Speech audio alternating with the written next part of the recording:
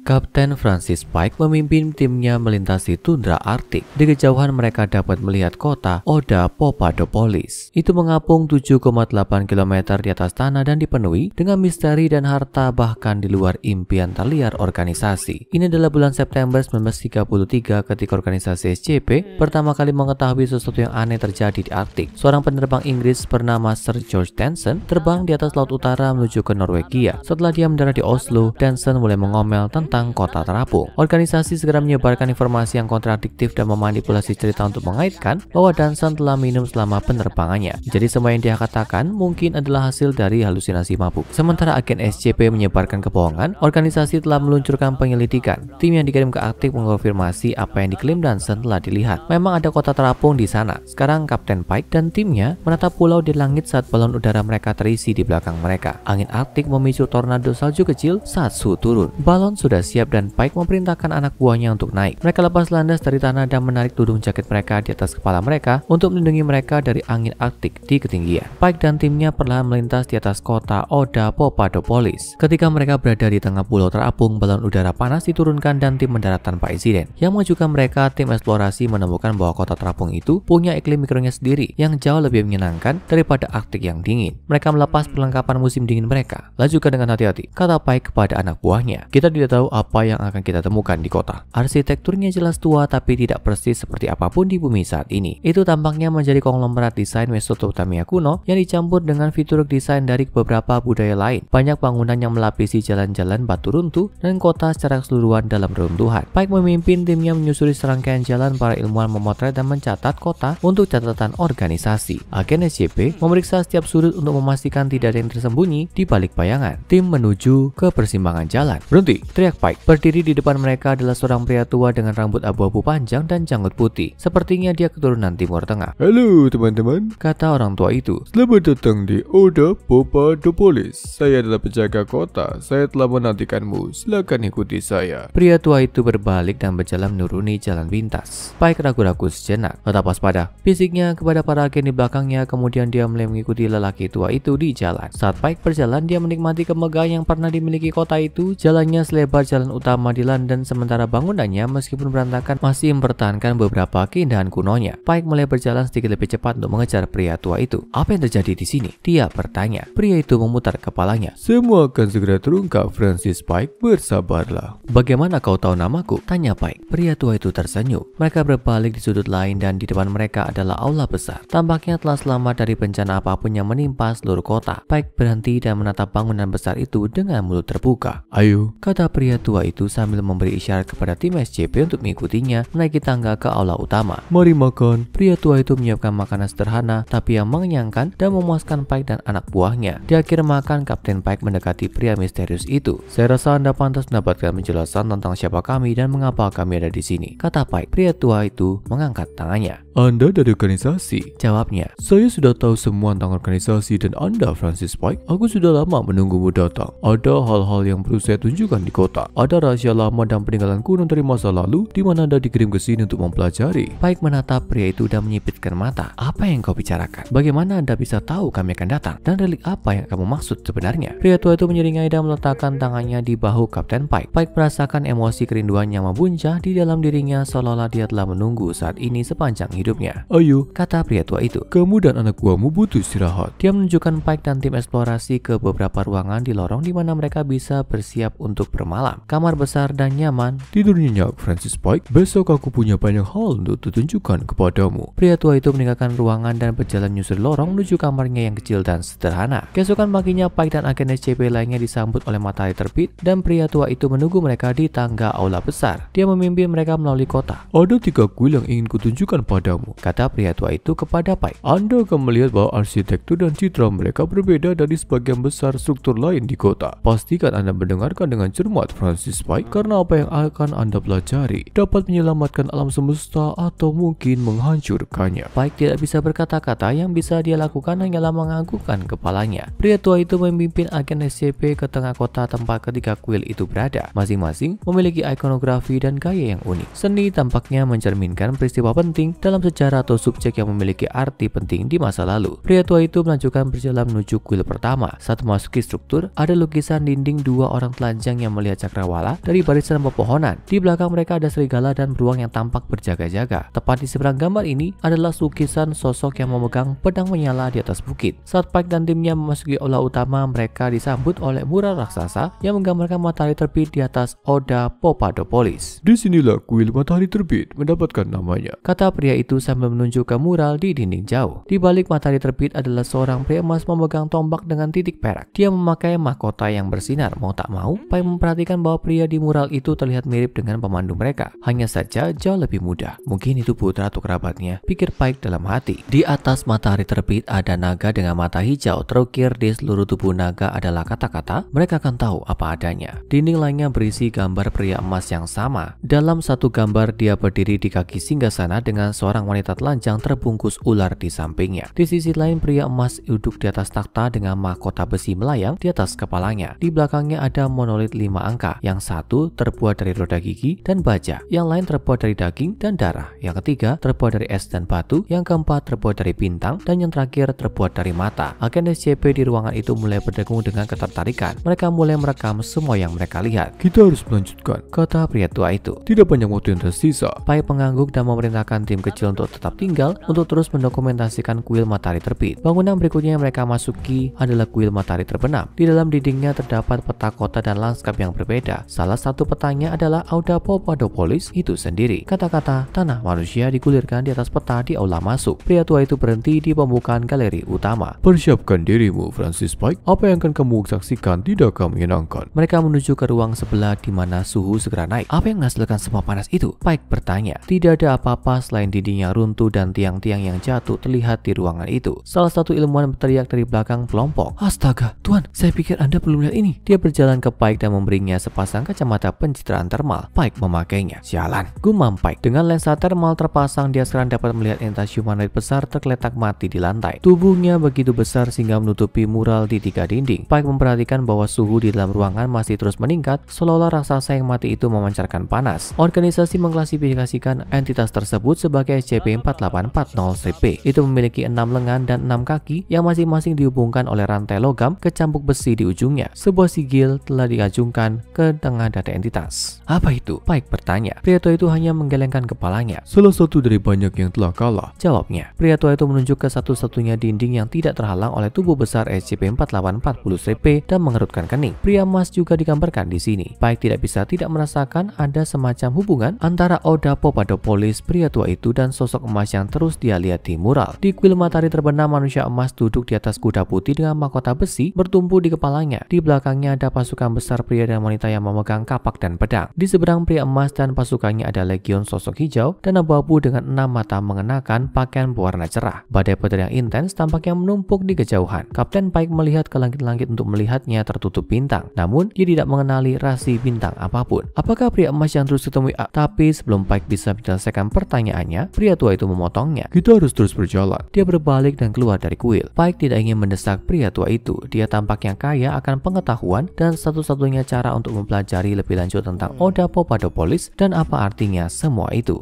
Mereka keluar dari kuil matahari terbenam dan melanjutkan ke struktur terakhir di tengah kota. Pria tua itu membawa Pike dan agen SCP lainnya ke kuil terkecil dari ketiganya. Dia berhenti tepat di luar ambang pintu. Ini adalah kuil malam, katanya. Apa yang Anda lihat di permukaan menipu. Kuil ini berada jauh di bawah tanah. Ini berisi labirin lorong yang bisa membuat seseorang tersesat selamanya. Jadi harap berhati-hati. Kamu tidak ikut? Pike bertanya. Tidak, jawab pria tua itu. Aku tidak memasuki kuil malam. Aku punya alasanku yang bukan urusanmu. Pike mengangguk dan kemudian memberi isyarat kepada anak buahnya untuk mengikutinya ke kuil. Dia memperhatikan bahwa banyak mural di lorong-lorong dan ruang-ruang kuil malam menggambarkan gambar yang sama dari pohon besar di tengah hutan yang luas. Di setiap pohon tampaknya ada lampu merah yang mengelilingi dasar sosok seperti manusia yang tergantung di cabang-cabangnya dan struktur yang dibungkus tanaman perambat yang mengelilingi batangnya. Lorong diterangi oleh beberapa sumber cahaya yang tidak diketahui, seolah-olah obor melapisi dinding dan memancarkan cahaya kekuningan yang redup, tapi tidak ada api yang terlihat. Tertanam di dinding adalah sarkofagus dengan ukiran rumit di wadah batu mereka. Pike tidak bisa tidak memperhatikan suara goresan yang datang dari dalam sarkofagus, seolah-olah seseorang atau sesuatu sedang mencoba mencakar keluar. Tim eksplorasi mencapai ruang terdalam candi. Ada tangga di tengah ruangan yang turun ke bawah lantai. Namun pintu masuknya ditutupi oleh puing-puing dari dinding yang runtuh. Tiba-tiba, seorang agen SCP berlari ke Kapten Pike. Tuan, saya pikir Anda harus melihat ini. Pike mengikuti pria itu kembali melalui serangkaian liku-liku. Dia berhenti di pintu yang tertutup, segel organisasi diukir di kayu. Sepertinya ukiran itu sudah ada sejak lama, yang tidak mungkin karena mereka adalah tim SCP pertama yang menjelajahi kota Oda Papadopoulos. Agen itu mendorong pintu hingga terbuka dan Pike masuk. Dia tercengang dengan apa yang dia temukan. Sepertinya dia telah dipindahkan ke lokasi organisasi yang ditinggalkan. Semua lampu mati, tapi dia dapat mengatakan bahwa itu adalah semacam pusat komando, pusat karena layar dan pengaturan ruang. Dicat dengan warna balok hitam, di salah satu dinding adalah lokasi 0000. Pike dengan cepat keluar, kembali melalui pintu masuk dan menutup pintu di belakangnya. Dia melihat agen SCP yang membawanya ke ruangan. Amankan pintu ini dan pastikan tidak ada yang masuk atau keluar. Jelas, Pike memerintahkan anak buahnya untuk keluar dari kuil. Setelah semua orang keluar, Kapten Pike berjalan ke orang tua yang duduk di tangga di luar. Apakah Anda menemukan apa yang Anda cari, Francis Pike? Pria tua itu bertanya. Kapten Pike menggelengkan kepalanya. Dia menatap ke bawah dengan mata terbelalak ke tangga batu kuil. Aku mengerti, kata pria tua itu. Aku punya sesuatu yang lain untuk ditunjukkan padamu, Francis Pike. Pria tua itu membawa Pike kembali ke aula besar tempat mereka tidur di malam sebelumnya. Dia membawanya melalui serangkaian lorong dan menuruni tangga. Mereka berhenti di depan sebuah pintu besar. Buka, bisik pria tua itu. Kapten Francis Pike berjalan ke pintu dan mendorongnya terbuka. Di sisi lain adalah kegelapan tak berujung, dari mana dia mendengar suaranya sendiri berbicara kepadanya melalui ether. Pike mulai berjalan menuju kegelapan. Pria tua itu meletakkan tangannya di bahu Pike dan menariknya kembali. Kemudian dia menutup pintu. Terang dunia telah lama meninggalkan tempat ini, dan manusia fana tidak dapat lagi berjalan ke sana, kata pria tua itu. Aku perlu menunjukkan kepadamu sebagai peringatan. Hal-hal tidak selalu seperti yang terlihat, Francis Pike. Malam itu Pike terbaring terjaga menatap langit-langit aula besar sambil memikirkan pria tua itu. Dia duduk dan mulai menuliskan pikirannya dalam laporan resminya. Dia mengidentifikasi pria tua itu sebagai SCP-4840-A, tapi dalam jurnalnya dia